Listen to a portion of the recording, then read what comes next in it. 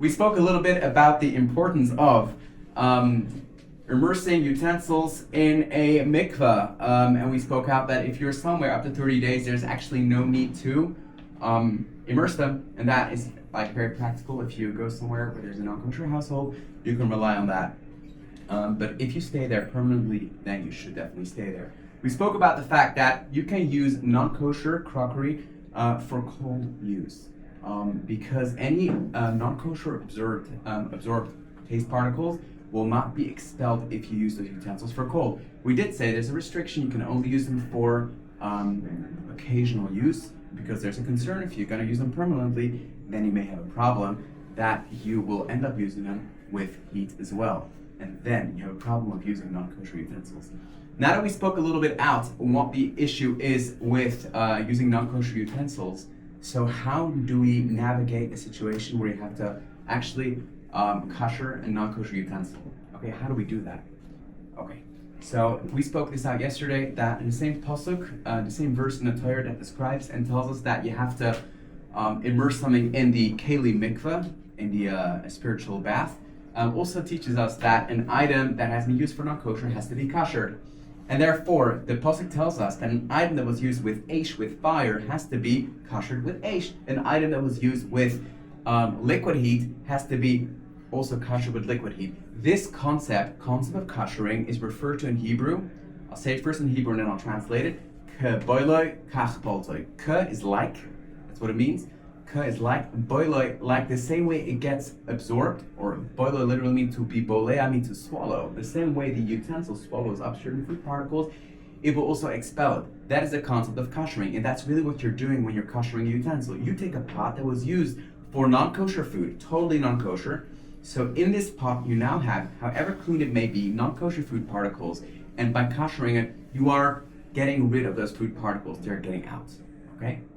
So now, how do you do that? So we have two ways of kashering the utensil, depending on what you use the utensil for. If it is used with liquid heat, then we use the kashering method called hagalah. Okay? Hagalah is the kashering method used for items that were used for liquid heat. I will soon explain exactly the process, how we do that, but it's actually quite practical, and it does happen in any home. Also in a kosher household where sometimes utensils get messed up, meat and dairy, whatever happens, people do make mistakes, and you can just at home kasher it. If you have a utensil that was used with dry heat, an example of that is a barbecue grate, that's called dry heat. Like coal? Another example, pardon? Like coal, you mean? Coals. What? Like coals? Yeah, it's dry heat. Whereas, for another example, very basic example, an oven. An oven is dry heat. Whereas when you cook something in a pot, that's called liquid heat. Cooking something in a pot is called liquid heat. Not just when you're cooking a soup, or chicken soup, which is obviously meaty, but even when you're cooking a piece of meat which is seemingly dry, but there's always juice around it. That is also called liquid heat. And why do we call that liquid heat? Because the question is, again, as we spoke out, how did those food particles get absorbed in your pot? If it is through liquid heat, for example, if there is meat in your pot and there is a little bit of like meat juice around it, so then the liquid, so to speak, that enables the absorption of the food particles. And therefore, the way to kasher that is, again, with hagalah, which is done with hot water also. The same way it gets absorbed, it comes out. And that is how you're kashering the utensil. And the same thing is true with dry heat also. That how do you kasher a barbecue grate? The way it got absorbed is with dry heat. So the way you kasher that is with dry heat, very intense temperatures. Generally something that is probably, most of you probably use Fahrenheit, about 900 Fahrenheit. I don't use 450 Celsius. I recently only learned about Fahrenheit. I'm a Celsius guy, very European. And I guess all of you, what do you use in Celsius? Celsius. Okay, so some of us use Celsius. So the whole world uses Celsius. It's just America. Great. So in other words, isn't everything like even in an oven, right? It's steam. Steam is what's getting absorbed. In the oven? Even in an oven. You're saying it's dry heat. What's the thing? What's getting absorbed? It's steam. Steam is technically a liquid. It's just it's a different form. In an oven, to be honest, when we focus on an oven, we'll have to speak about there's three issues with an oven. One of them is the smell. that gets absorbed. One of them is the steam, and one is the contact food may have when it touches the actual oven. So there's 3 different parts of oven that we have to work out. But in general, it's considered dry heat. The steam, you're saying that element of it would be considered liquid heat as well. Okay, I guess I'll have to think about that.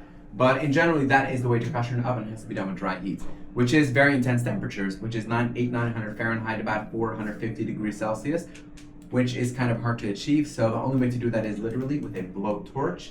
Blowtorch is not practical because it's a fire hazard, and it may also Flamethrower. damage your. What is that? Flamethrower. Yeah. Well, it may eventually actually ruin your appliances if you use a blowtorch on your oven. It may actually ruin it. What about a microwave thing? Is that dry heat? You need to kosher that. A microwave actually is good enough with hagalah. With the one easier particle way to to do get it. heat. Yes, it's So not yeah, considered yeah, dry microwave's heat. the easiest thing to A kasher. microwave is a very easy thing to kasher. We'll go through each kitchen appliance as we go along. Microwave is very simple. Okay, literally, you just put a cup of water in there, clean it well, wait 24 hours, put it in. We'll go through all the steps that you need to know how to kasher in a microwave, but that's very, very easy and straightforward.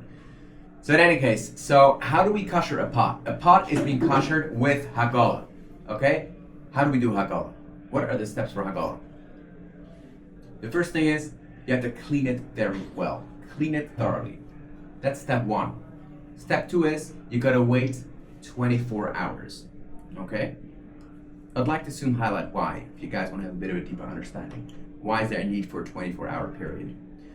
Once you waited 24 hours and it's being cleaned beforehand, then you take the utensil, for example, take a spoon that is non-kosher, and you pull it in hot water just for a moment. You take it out and immediately put it in cold water. That's step 4. So when you take those 4 steps, after that, your utensil basically became part of. You can now decide, do you want to use it for dairy? Can Do you, want to use it rewind for for a meat? second? Pardon? Can you go back to the step before? Yeah, so step 1 is So you clean it very clean well. it You very wait well. 24 hours. Step 2 is you wait 24 hours. Step 3 is you put it in boiling hot water. Okay, this is a little index. I'll explain When you say this soon. boiling, what? In boiling hot water. So how do you boil it and how do you do that? So you take a pot, this could be any pot, and you put it full of water, and you wait till block? yeah, you don't have My to brother-in-law go, does that before Pesach. oh, the stone, The stone. and then he puts it afterwards. And it's crazy, I know. That's really the crazy. whole house is like steaming. I know. Like totally like Very scary. after that you definitely sure everything is kosher. So what he's By doing, now. he's got the whole. But you don't have to put a stone in. In theory, what you could do is you have a pot of water. This is just, guys, practical. You do this in your own house. And you fill it up with water. You turn on the gas, whatever method you have to heat up the water. Once it is boiling means literally the water is dancing. At Like a that kosher point, pot. huh? Kosher pot.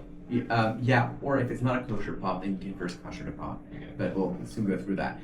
Let's say it's a kosher pot, and the water is literally boiling, is dancing. At that point, you put your utensil in just for a moment and take it out. And then you put it in water. Okay? Cold water. Now, how do you put it in hot water? Do that for the spoon. For the spoon. Not for the kosher the spoon. That's my example. So if you want to kosher a spoon, so it may be a little hard to put that spoon in one go, because obviously you don't want to put your hands in that boiling water. Not a good idea. So you can do it in 2 times. You can just take the spoon. For example, if you have tongs, you can hold the spoon on one side, dip it in, take it out, and then you dip in the other side.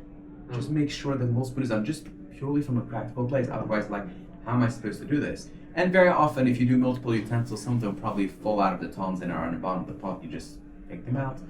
Once that's done, you put them in the cold water. Okay? That is the process how you do it. Okay? Now, what happens if you want to kosher a pot, by the way? So you can put it in a larger pot if you want. But what if that larger pot? But if that larger pot is also not kosher, what are you gonna do then? You know those Russian dolls, you also at one point you had the biggest one. So what are you gonna do? So very simple. This is super simple. You fill it up with water to the extent that when it boils over, it will boil over the pot. Okay? And then your whole pot is kosher. Okay? That is basically how. What about the outside? So easy. Pardon? What about the outside? There's Boiled no eggs the concern same about time. that. It's like it's Hard not. boiled egg? Right. What if food goes over the... So that's the thing. It has to be full to the extent it will boil over. Like it really, if you fill up. So it has if to you- it actually has to boil over. boil over. Yeah. If you fill up your pot literally full to the brim with water, and then it gets boiling, so then when it gets really hot and it's boiling, it will totally boil over. Okay, so the rims get kashered also. Okay. Now Is just that why knives are always like? I was thinking, what if a knife was never used for anything with heat? Is it considered kosher? Is it considered not kosher? And then I thought about like, if you're in the middle of America and there's salmon in any random store, it's usually kosher. It's usually fine to eat as long as you see like the scales. yeah. Is that because those knives are not usually used? Even For though other the knife things. was used for shrimp before, let's say, It's cold. it's cold. Is that- Yeah, so that's one reason. Also, the other reason is to assume that when there's mass production anytime, they have actually special utensils for each fish. And that's Normally enough, assumed. even in the case that sometimes, let's say there was a mistake. So that is the enough to difference. assume We'll that- go through that still, but that's the difference between individually prepared and mass production. That mass production, you can have the assumption that it's probably being cut by utensils that are designated for that fish, and if not, they generally wash it well. Sometimes they'll tell you that when you buy that fish, just wash it underwater a little bit, the sides, in case there's any residue left on the knife from a different fish, but that shouldn't really be the case. It's like only the case of like a Walmart or something like that. Yeah, that's fine. Yeah, that's definitely Not like a local place. Yeah. So in any case, that is haidu hagalah. That's very important. Now, just from a practical place, guys, I'm sure you know this, but I'm just saying it anyway in case you're doing this. To fill up a pot of water and boil it can take ages. Okay. So what you do is you just boil water in your kettle. Okay. Once that boils, you just put it in the pot, and again, then it's gonna cool down. Okay. And then you have to wait till it's boiling again. That just saves you a little bit of time. Okay. So that's the typical way to boil it. That's important. Why do you have to put in cold water afterwards? I'll tell you why. We spoke out what happens when the utensils heat up. When the Oh, utensils because you heat want to up, make it... there you go. Ah. When the utensils heat up, then the actual metal becomes more porous, which essentially allows any food particles to come out, also known as thermal expansion. We spoke this out, that molecules, or the atoms actually, not molecules, but atoms in the metal move further apart, which allow any of the food particles to be expelled. Once your utensil is kosher, you want to make sure that it closes up again. That's what you do when you put it in cold water It's gonna afterwards. close up with the cooling regardless. It will, but we want to do that immediately. It's kosher now.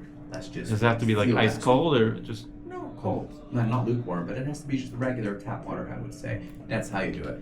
We also have to understand really why is there now a 24-hour waiting period? Why is that so significant? Hopefully tomorrow we'll be able to continue that. Thank you very much. That's pretty interesting. Sometimes like mechanics will have